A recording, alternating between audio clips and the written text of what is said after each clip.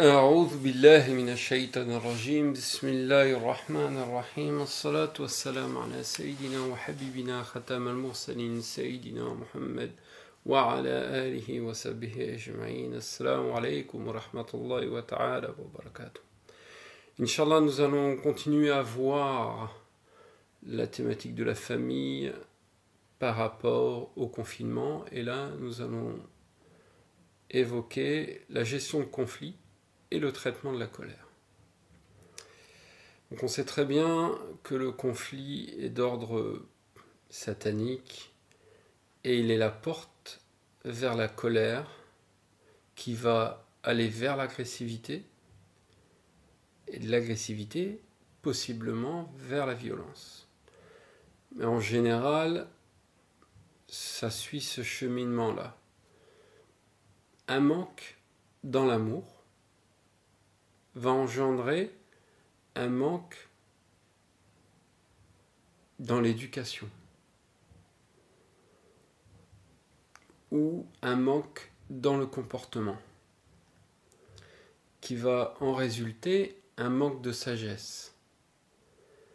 Ce manque de sagesse peut entraîner des discussions stériles.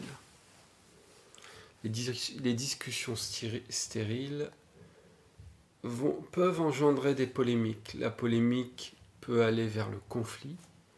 Le conflit va aller vers la colère. La colère va aller vers l'agressivité. L'agressivité va aller vers la violence et forcément vers les choses extrêmement négatives. Et donc l'éducation est liée au comportement. Le comportement est lié à la sagesse est liée à l'humilité. Si tu es humble, tu vas pas discuter pour rien dire. Tu vas faire pour que toutes les choses que tu vas évoquer soient utiles, qu'il n'y ait pas de polémique, qu'il n'y ait pas de conflit. Alors il peut y avoir des divergences, des points de vue différents, mais on reste dans une divergence qui va vers une convergence en réalité, pour aller vers quelque chose sur lequel on va s'entendre. Et la divergence, on avait vu que c'est une miséricorde en islam. Et dans le hadith qui est rapporté par l'imam Muslim, Sayyidina Muhammad sallallahu alayhi wa sallam nous dit: Satan a désespéré d'être adoré par les priants dans la péninsule arabique. Mais il n'a pas semé et il n'a pas désespéré de semer la discorde, la zizanie et les conflits entre eux. C'est similaire à un autre hadith plus connu où Sayyidina Muhammad sallallahu alayhi wa sallam, où il évoque ce qu'il ne craint pas pour sa communauté. Ce qu'il ne craint pas, c'est l'association pour sa communauté, mais ce qu'il craint, c'est la fitna dans le sens de conflit, dans le sens de division. Et on voit que la division, le conflit amène à la colère, et d'ailleurs Sina Sharajab nous disait la colère, si par malheur elle t'arrive, doit nous donner un signe. La colère, si par malheur elle t'arrive, elle doit te donner un signe. Celle qu'on doit changer. Ben oui. Car ce n'est pas la sunna. La sunna, c'est de changer et se réformer afin d'être meilleur. Et donc on va évoquer cette gestion de conflit, cette gestion de la colère en plusieurs points. Premièrement, on va suivre le schéma suivant. La compréhension, on va essayer de comprendre ce qu'est la colère. Deuxièmement, pourquoi ça ne doit pas arriver de se mettre en colère. Et quand, malencontreusement, cette situation arrive, qu'est-ce qu'on doit faire ? Premièrement, donc, éteindre le feu, calmer le jeu. Deuxièmement, avoir un recours au pardon. et troisièmement, une recherche de solutions. Ça me fait penser un petit peu à ce qu'on fait dans le management de la qualité. Quand on a une problématique dans la qualité, souvent on va faire un diagnostic avec une analyse de la situation, une action corrective, c'est-à-dire on va remédier à la problématique qualitative qu'on a eue. Et le troisième point, ça va être le suivi des actions sur le court terme, mais également sur le long terme. D'ailleurs, l'amélioration continue, parce que c'est un domaine de la qualité. On a une cinématique qui s'appelle le PDCA. PDCA, c'est plan, donc plan, c'est-à-dire faire un plan, avoir un projet, savoir où on veut aller, do, donc plan do, donc do, faire, contrôler ce qu'on fait, et acte dans le sens de amélioration. L'amélioration continue, ça veut dire changer nos actes pour qu'ils deviennent meilleurs. Et donc c'est ce qu'on appelle la route Deming, c'est-à-dire on recommence à chaque fois. Plan, do, contrôle, acte, c'est-à-dire on se fait un plan, on fait les choses, on contrôle ce qu'on fait et on s'améliore. Et c'est sans cesse. Et ça, la réalité, c'est que l'amélioration continue, c'est la vie du musulman. L'amélioration continue, c'est la vie du musulman. On reprend, donc premier point, la compréhension de la colère. Donc selon les psychologues, la colère est une traduction d'une insatisfaction, conscientisée ou inconsciente. Elle est le déclencheur de comportements violents.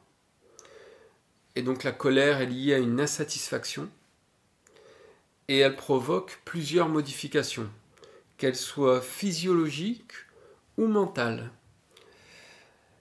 La colère donc est une émotion souvent négative et elle devient un obstacle. La satisfaction devient l'objectif de notre colère. La satisfaction devient l'objectif de notre colère. Et celle-ci, en réalité, elle est difficilement avouable. Et souvent, c'est un manque de communication. La colère, c'est souvent un manque de communication. C'est une frustration de chacun qui n'a pas été évoquée. Parce que la colère, c'est une absence de verbalisation. Une absence, un manque de communication, c'est même une insécurité. Et ça, ce sont les spécialistes de la gestion de conflit qui nous l'expliquent. La gestion de conflit et la capacité, donc savoir gérer un conflit, c'est quoi? C'est anticiper, reconnaître, régler les conflits de façon efficace. La communication est un outil essentiel à maîtriser dans la démarche de la gestion des différends. Les conflits dans une équipe de travail se produisent fréquemment avec des conséquences plus ou moins importantes. Ils sont inévitables et difficilement prévisibles. Là, on parle de relations de travail, mais dans le cadre du couple, dans le cadre de la famille, ça ne doit pas arriver. Pourquoi ? Pourquoi ? Et là, on arrive sur le deuxième point. Pourquoi ça ne doit pas arriver de se mettre en colère ? Et la réponse est relativement simple, excessivement simple. C'est un verset du Coran. Sourate 30, verset 21. Et parmi ces signes, il a créé de vous, pour vous, des épouses pour que vous viviez en tranquillité avec elles.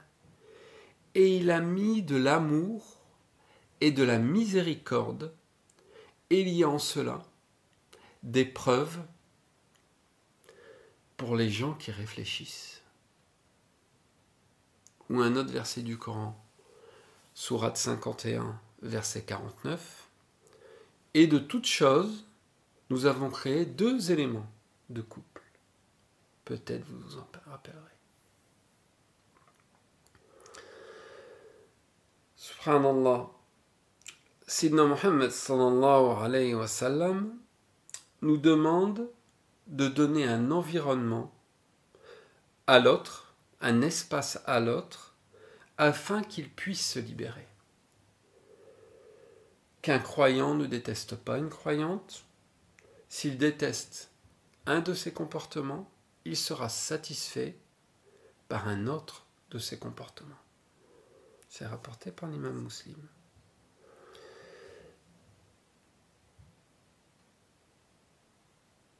Et pour répondre à ça, il faut changer. Et changer, c'est un cheminement au plus profond de soi.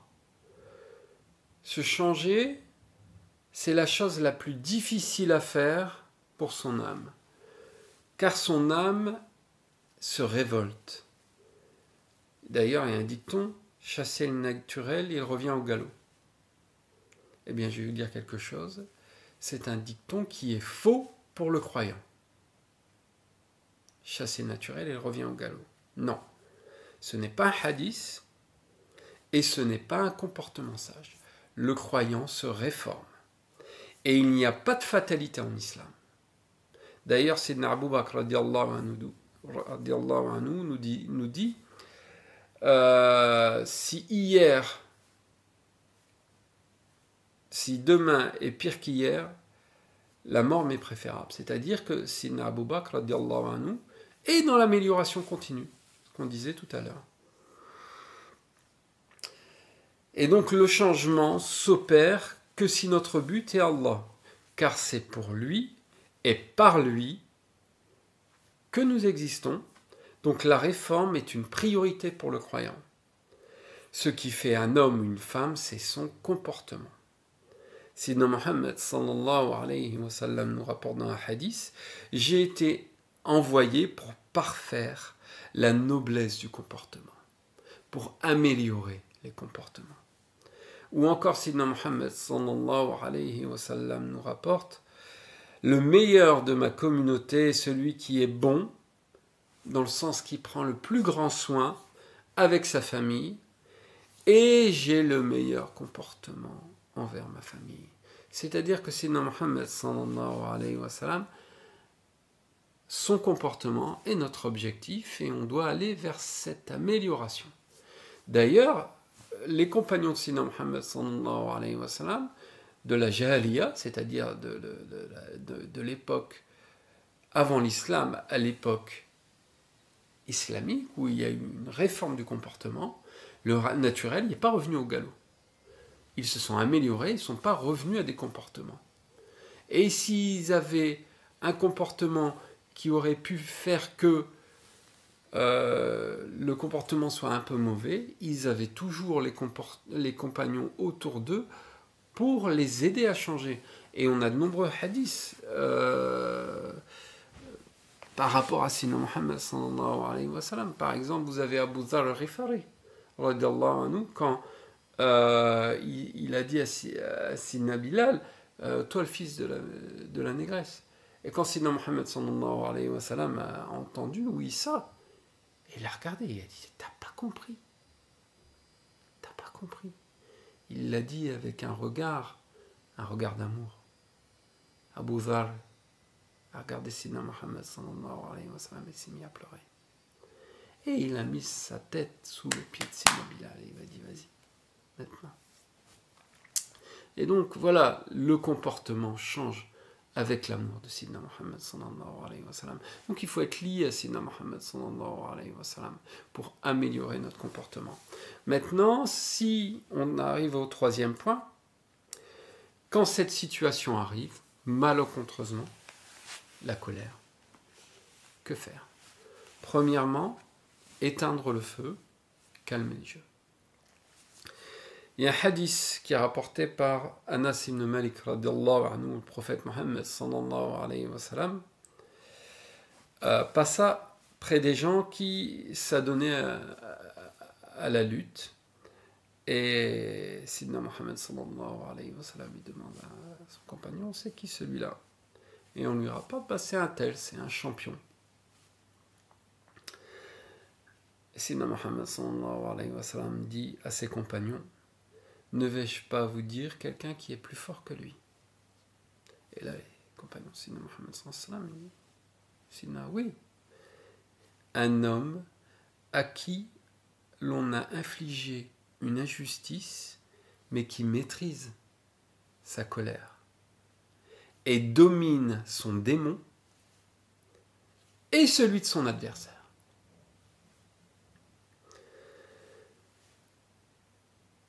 La maîtrise de notre démon. Et donc on constate ici que la colère est un résultat démoniaque. D'ailleurs, il y a un hadith qui est beaucoup plus connu où on demande à Sidna Muhammad sallallahu alayhi wa sallam, donne-moi un conseil, Sidna. Il lui dit, ne te mets pas en colère. Sallallahu alayhi wa sallam. Et l'homme, il répéta plusieurs fois, oui, mais donne-moi un autre conseil, donne-moi un conseil. Et Sidna Muhammad sallallahu alayhi wa sallam, ne te mets pas en colère. L'homme, une nouvelle fois, toujours un peu plus, oui, mais donne... Sidna Muhammad sallallahu alayhi wa sallam, ne te mets pas en colère. Il répéta cela de la même manière. Et ça, c'est rapporté par l'imam Bukhari. Dans une autre version, l'homme dit, une fois après, j'ai réfléchi sur les propos de Sidna Muhammad sallallahu alayhi wa sallam et je me suis rendu compte que la colère est la source du mal. Ça, c'est rapporté dans le Munsad d'Ahmed. Et d'ailleurs, toujours pour parler de la colère, il y a une anecdote qui est arrivée toujours à Abu Dharr al-Ghifari, radiyallahu anhu. D'ailleurs, Sidna Abu Dharr, sa particularité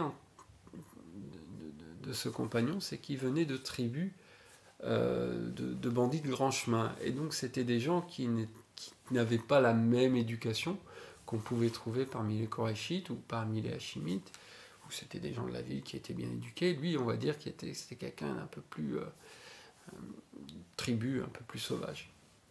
Mais il s'est réformé. Et d'ailleurs, la réforme, elle est dans cette histoire. C'est un hadith. Abu Dharr, radiyallahu anhu, un jour qu'il abreuvait ses bêtes dans un bassin à lui, il y a des hommes qui sont venus autour de lui et il a demandé à un homme de venir l'aider en disant voilà, je ferai des doigts pour toi, tu auras des récompenses auprès d'Allah subhanahu wa ta'ala. Et un homme se désigne, moi, mais il était un peu maladroit. Et donc il aide Abu Dharr et au lieu d'arranger la chose, il détruit l'abreuvoir. Il finit par casser l'abreuvoir et le détruire. Et Sidna Abu Dharr, radiyallahu anhu, il était debout quand c'est arrivé, et il s'est assis. Et ensuite, il s'est couché. Et les gens, ils lui ont dit, mais Abu Dharr, pourquoi tu étais debout, tu t'es assis, maintenant tu es couché? Et Abu Dharr, radiyallahu anhu, nous dit, parce que Sidna Muhammad sallallahu alayhi wa sallam a dit, si l'un d'entre vous se trouve en colère, qu'il s'assoie s'il était debout, pour chasser sa colère. Et si celle-ci ne le quitte pas, qu'il se couche.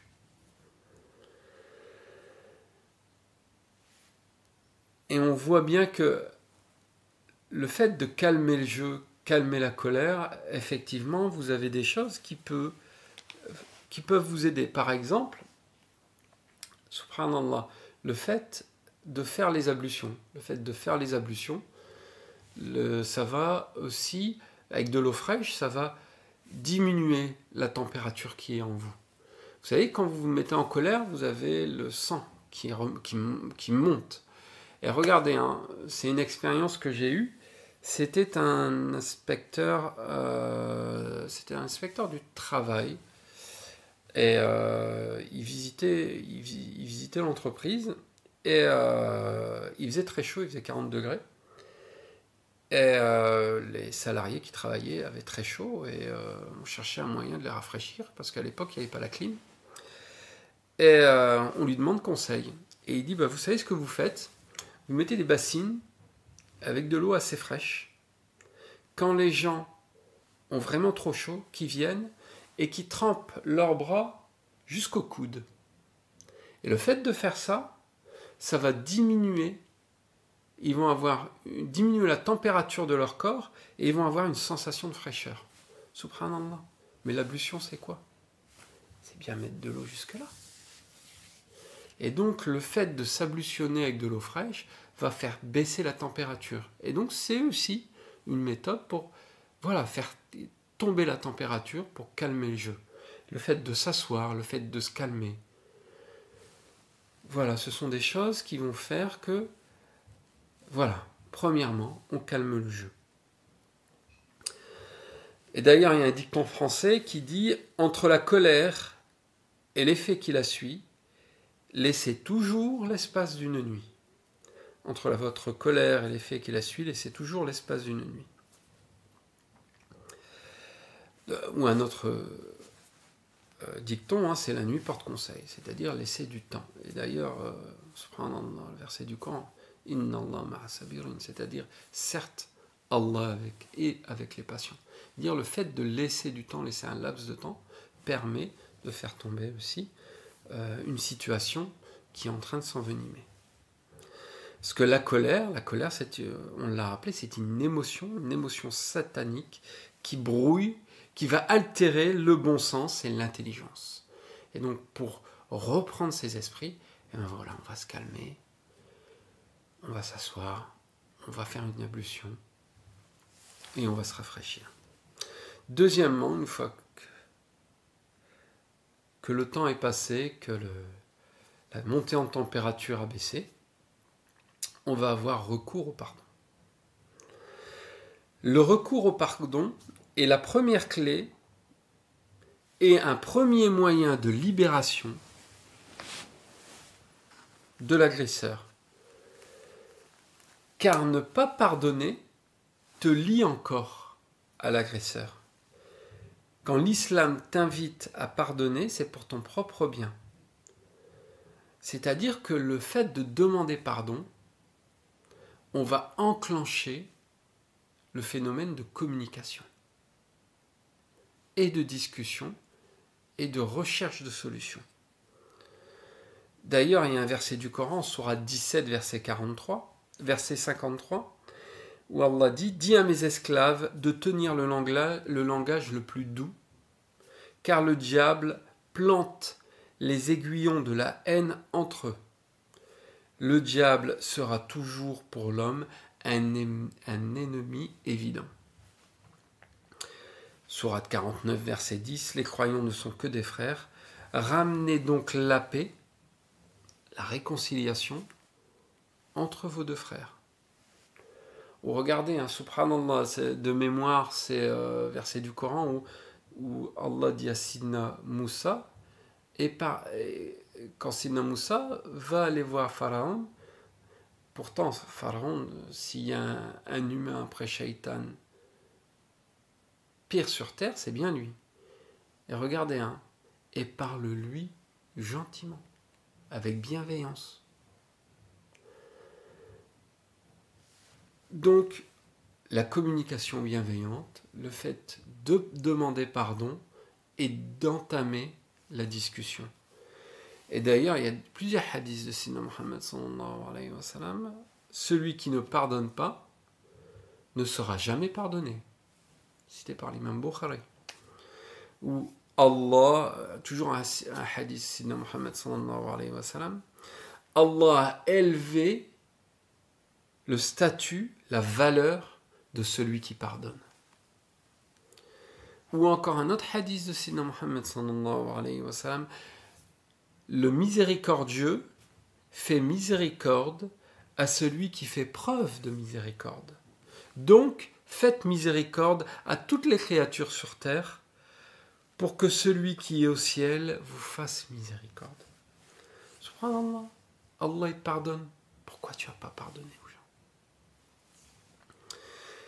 Il en ressort que pour demander pardon avec efficacité, il est important que ce pardon contienne les choses suivantes. Une expression de regret. Vous dites que vous vous sentez mal après une colère. Et c'est la réalité. Après une colère, on se sent mal. Et ça, il faut l'évoquer, il faut le dire. Il faut briser la glace. Oui, je me sens mal. Je me suis mis en colère et je me sens mal. On s'explique, on explique ce qui s'est passé. On informe du pourquoi, la raison de la situation et comment ça a pu se produire. On reconnaît notre responsabilité. On reconnaît notre responsabilité. On assume nos actes et les conséquences des erreurs. On déclare une repentance vis-à-vis d'Allah, bien évidemment.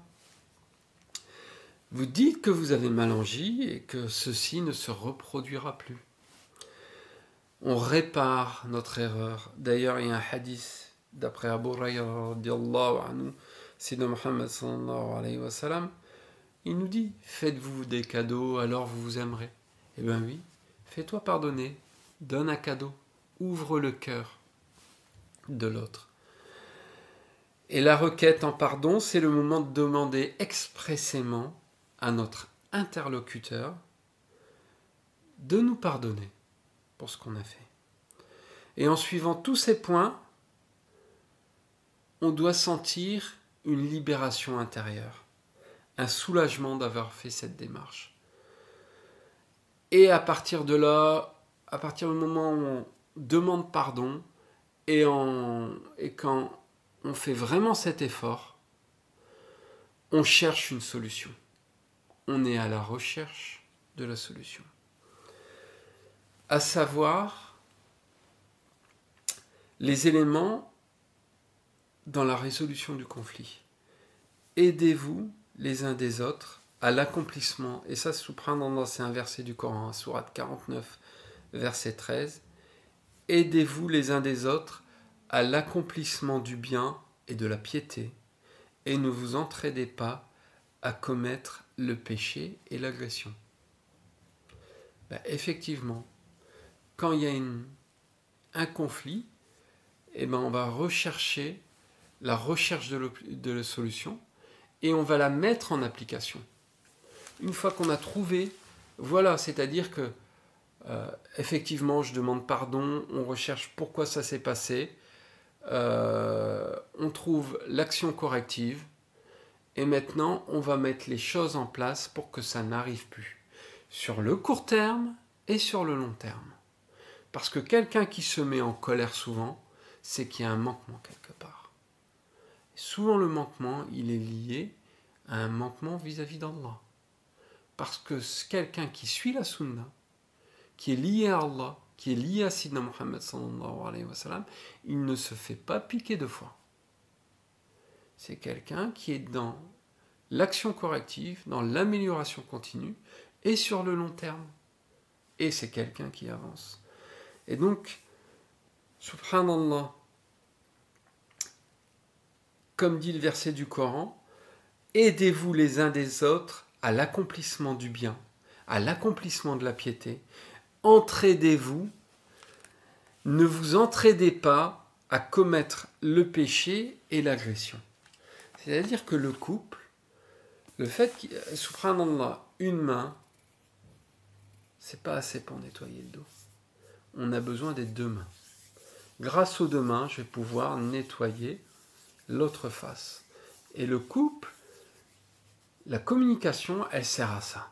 C'est-à-dire que le croyant est le miroir de son frère et donc il doit l'aider. Effectivement. Et dire que quand on a un manquement, on doit se servir et on doit avancer. Inch'Allah, je ne vais pas m'étendre plus là-dessus. Inch'Allah, la prochaine fois, on verra une autre thématique toujours dans la relation familiale. Inch'Allah. Assalamu alaikum wa rahmatullah.